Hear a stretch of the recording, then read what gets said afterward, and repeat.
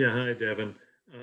I wonder how the point guard competition is going with Davion. Oh, it's going great. Me and him compete every day in practice. It's fun learning from a experienced point guard and a veteran point guard like him. He's been obviously in college for 5 years now, and he knows a lot. So I just learn from him every day. Can you elaborate a little, Devin, on what experience means, what you see with Devion that tells you that's the next steps for you? Oh, just the way he helps like lead our team. Um, I'm a pretty good leader, but just seeing the way he leads, it just gives me the extra edge, and it's fun. It's fun learning from him. All right, John Hill, I'm going to go to you next, and then Paul Banks will be after him. Devin, can you just tell us a little bit? We hear that you and Davion are different kinds of point guards. Can you compare your games, like what your strengths versus his strengths are at this point? Oh yeah, Davion. I mean, I'm a pass first point guard. Davion's he scores the ball, and he can pass as well. But he can really shoot the ball well. I can shoot it, but he shoots the ball really well. But yeah, it's just two point guards. I mean, sir. How does that versatility, both of you being able to play off the ball, kind of open a lot of options for Cal in terms of what lineups he wants to put out there this year? Oh, I mean, you can do whatever with our team. We have a lot of guards, and we can play anywhere on the court. With us being able to do that, you can put anyone at the one, anyone at the two, shoot, even at the three. All right, Paul Banks, you got next, and then we'll go to Marlena. Thanks for doing this, Devin. My question relates to today.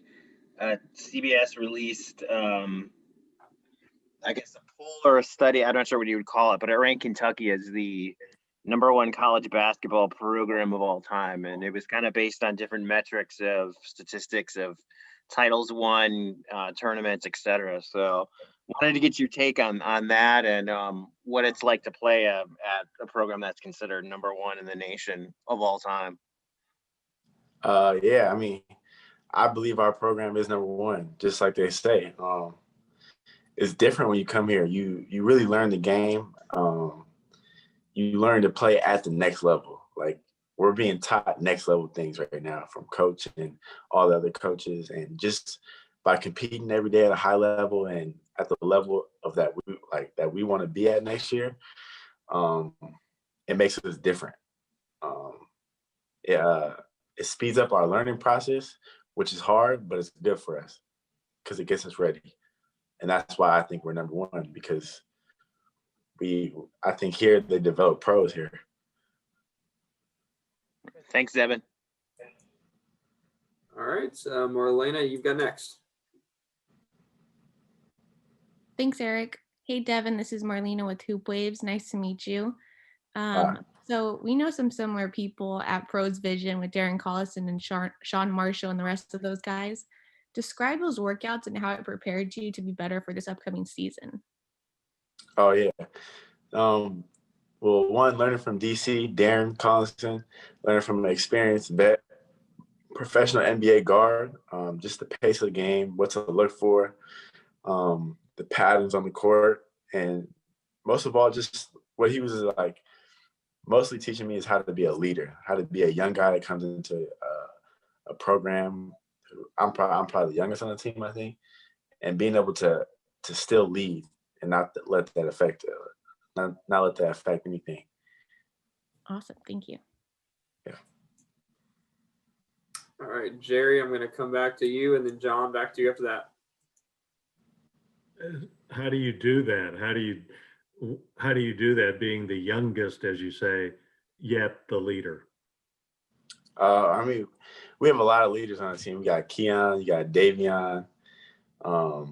But being the youngest is just not being afraid to use my voice and to be vocal out there. That's what I do every day, is I try to be vocal. And that's how I can help lead the team. And And how do you feel about you're following in a long line of very, very good point guards, John Wall, Tyler Eulis, and so on. How does that play on your mind? I mean, it's special. Shoot, those are great players. John Wall. I mean, you got De'Aaron Fox, you got Shea, there's a whole long list of point guards before me, and I just want to keep the tradition going. All right, John Hale, your line's unmuted. Devin, Kentucky's kind of track record recently with guys from the West Coast is kind of mixed with homesickness and being so far away from home. How are you dealing with that so far, and what are kind of the challenges being, halfway across the country, especially with everything going on right now? I'm not like other West Coast kids. That doesn't affect me. Good, John? Yep, I'm good. Go to Marlena next. So I found out your little bro Jordan's birthday was yesterday. Shout out to him. How important is it to you to be a role model for him and younger kids who look up to you? Because Kentucky's a big platform. It means the world. It means the world to me for my to be a role model for my younger brother and other little kids, because I remember being a younger kid and looking up to older players and just like the excitement. And I remember just watching everything older players would do and how it motivated me. So I understand that with my platform, I got to work my hardest and just be a great example to the young kids. And So also, it means everything. oh, awesome. And also for his birthday, did you end up getting the PS5 for him, or did you end up finding it yourself? I can't even get the PS5 right now. It's impossible to get. I wish I could get it for him, but shoot, it's almost impossible to get. All right, we're going to go with Kyle Tucker with The Athletic, and then Gary Graves. You'll be after him. Devin, I just wanted you to elaborate when you say you're not like other West Coast kids. What does that mean? A lot of West Coast kids want to stay home, and they're afraid to go far from college and stuff like that. That's not me. I mean, I want to be different, and I am different. I feel like coming here was best for me, so I did it, and it is best for me. I'm learning a lot. I'm learning new things every day, and I'm not the type to where if I come out here, I'm out here. I'm not leaving. All right, so we'll go to Gary Graves. Devin, how prepared are you for the peaks and valleys of being a freshman, and especially running point guard in a system like that and like this? And I guess by that, with all the uncertainty about the season, I mean, what's going through your mind about how you're going to approach it? Just staying level-headed, not getting too up, not getting too down. Like you said, the peaks and valleys. There's always highs, there's always lows, but just trying to stay on a straight line and keep a steady pace, not go up, not go down. Has anybody kind of helped you with that, giving you an idea of what to expect? Oh yeah, like a question before, De'Aaron Collinson, one of my trainers back home. He played in the NBA. He's one of those who always just preach that to me. Always stay level. Don't get too high. Don't get too low, because there's gonna be bumps in the road and there's gonna be highs. Okay, Jerry, I'm going to circle back to you. There we go. Yeah, I wondered what point guards you admire, or try to, that maybe when we watch you play, we will get a sense of. I'm myself. Yeah, I'm myself. I play the way I play. I don't like to compare myself to other people, because I believe there's no such thing as like another player. Like, say, like, I mean, I get a lot of comparisons of like Deron Williams, but there will never be another Deron Williams. He's himself. I'm myself. So I feel like I play like myself. I have my own style of play. And Coach Flint, a little earlier, talked about your energy being really something that jumped out at him. What's that a product of? Why so much energy that you bring to it? that's just the way I've had to play my whole life. I've been either the smallest. I mean, when I was younger, I wasn't the fastest kid. I just had to bring a whole lot of energy to the team, to the game, and that's how I get going. Is energy. And that's what I do best. Marlena, I don't know if I didn't lower your hand or if you got another one. Yeah, full of questions. Devin's a popular guy. Um, so months have gone by without organized basketball, and this upcoming season is coming really quick. So for people who don't know much about you, how would you describe yourself on and off the court? On the court, just very competitive, always gonna fight, energetic, and someone who's gonna always be vocal. Off the court, just a very like I wouldn't say quiet, but just easy going with the flow. So whatever happens, whatever happens. But just very locked in. I'm just very locked in and focused on basketball right now. So I'll just say everything is based on basketball right now. Nice, thank you. All right, John Hale, you got next.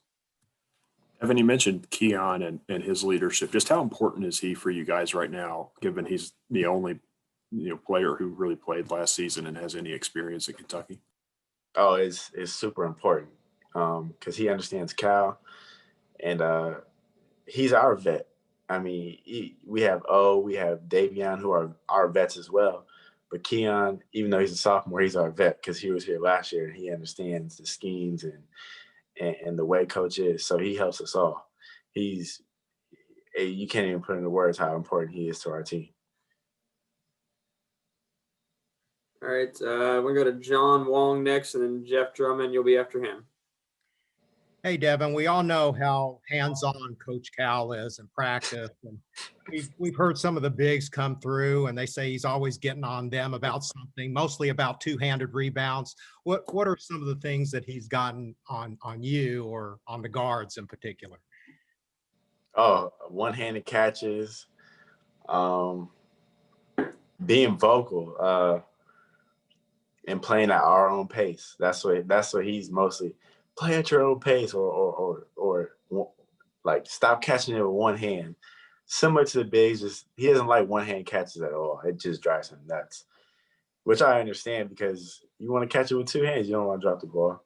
But being vocal and just being the true point guard, that's what he gets on me mostly about. You mentioned earlier about your age and also about Davion. He's kind of the old man.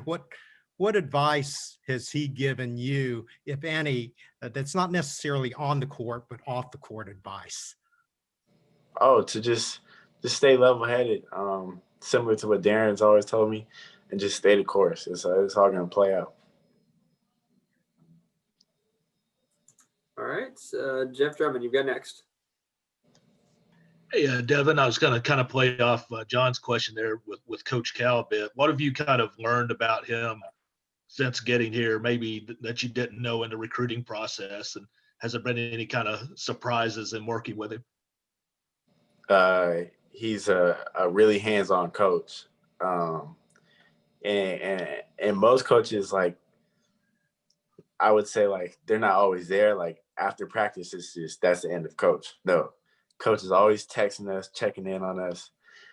You can tell he really cares for us. That's what makes it special about him. He's really there for us. He's on this journey with us, and that's what makes it special, and that's what it makes us comfortable with playing with him, playing for him. All right, Jack Pilgrim with Kentucky Sports Radio. Tonight's Big Blue Madness, I believe everything was pre-recorded, or I don't know if some parts of it are live, but I know you guys did a lot of stuff pre-recorded. What can fans expect to see tonight? I don't know. It's tonight. We still have to do it tonight. Big Blue Madness is actually tonight. I thought I saw there was some stuff pre-recorded, but what are you kind of hoping to show in your first introduction to the fan base? Are you going to dance? What are you kind of hoping that first impression? I'm gonna just keep it simple. Just keep it simple. Just walk out there. I don't know. Maybe wave. Maybe do something. I don't know. But just keep it simple. I'm excited though. It's gonna be fun. All right, Jerry, coming back to you. Devin, I've got a real good friend that lives in Sacramento, so I'm kind of asking it for his sake. How do you compare Sacramento and Lexington? That's actually a hard question because they're like so similar but so different. Shoot. I would say they're both like they're really like slow paced cities. Sacramento is there's not a lot like going on out there. There's not a lot going on out here except for Kentucky basketball, I feel like. But Sacramento is just I would say it's just very tight knit. Everyone kind of knows everyone in Sacramento. It's like one big family out there. But out here, it's just Kentucky basketball. That's it. Thanks. Guys, we got about 3 or 4 minutes left. So if you got any more questions, go ahead and put them in now. Marlena, we'll come back to you. Thanks, Eric. Again, this is Marlena with Hoop Waves. So Devin, I'm sure, many people say you have a bright future ahead of you, but I don't want to get too ahead, obviously, because, you want to live in the moment. But if you have to choose any predictions, since the NBA draft was just recent, what team would you like to play for? And I'd love to for you to look back at this interview to see if it comes true or manifests altogether. Honestly, I'm one of those players. I just want to make it. So I would love to play for any team that wants me. That's who I want to play for. But if I had to choose, I guess it would be cool kind of just to go back home, play for Sacramento. That's awesome. And also as a follow-up, how did you enjoy this draft? And also how did you who had the best drip in your opinion? The draft was cool to see all these familiar faces that I know get drafted. It was really cool. It just shows that I'm one step away. I could be there next. I just got to keep working. And I think the most drip. I think Tyrese Halliburton had a pretty cool suit on. Right, John Wong, circling back to you, and Kyle, you got after him. Devin, I may have missed it, but what's going on with your finger? Is that a bandage that you have on there? Oh, I just got a cut on my finger. Yeah, it's some pre-wrap. I just put some second skin on it. And then secondly, I know you've only been here for a short time, but how are you better now than you were maybe 6 months ago as a basketball player? As Coach says, we're playing basketball the right way out here, and just learning to play basketball the right way out here. Just becoming a better all around, just seeing new things and playing at a faster pace. Yeah. All right. Playing at a faster pace and playing the game the right way, I would say now. All right, Kyle Tucker, you got next. We've heard so much about all the length and athleticism on this team, guys that play way above the rim. How big a focus is the lob right now, and how dialed in are those lobs between you and those big guys? Oh, they're important. We don't try to throw bounce passes. No, we want to throw everything above the rim to them. It's very important because a lob can hurt the opposing team's energy. I mean, someone catches 2-3 lobs on you in a game, it's like, wow, like kind of hurts it. It kind of hurts the opponent, the opposing team. Who can you not overthrow? Who can get it no matter how high you chuck it? Everyone. Lance, Isaiah, Olivier, Jacob, Terrence can get it. BJ can get it. Keon can get it. I don't know who I'm missing. I hope I'm not missing, but everyone can get it. Pause. Thanks.